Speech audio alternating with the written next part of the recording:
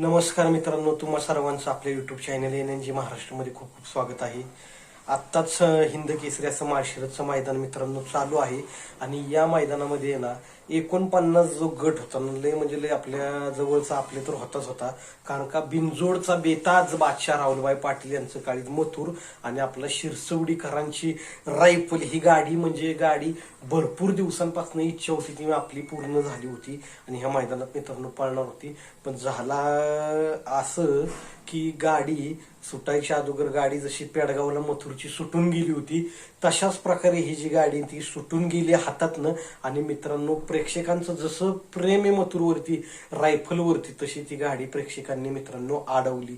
याच्यानंतर गट पुन्हा चालू करण्यात आला आणि गट सोडण्यात आला आणि मित्रांनो गटाचा निकाल असा झालेला आहे की रायफल आणि मथुरची जी गाडी आहे ती 3 नंबरला उतरली आहे.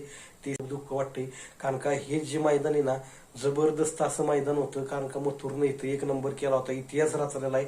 आणि आज ही जी जोडी आहे रायफल आणि मथुर ह्यांनी वडकीच्या मैदानात इतिहास रचला होता. कारण का लंपीतनं बाहेर आल्यानंतर मथुरला कोण पायर देत नव्हतं, रायफल बरोबर पळला आणि इतिहास घडला. भरपूर दिवसांनंतर वाटत होतं एवढ्या मैदानात मोठ्या कुठंतरी ही गाडी पुन्हा एकदा एकत्र यावी आणि आपली इच्छा पूर्ण झाली, गाडी एकत्र आली. किमान वाटत होतं गटपासून सेमी फायनलला आज काहीतरी धमाकूळ होईल.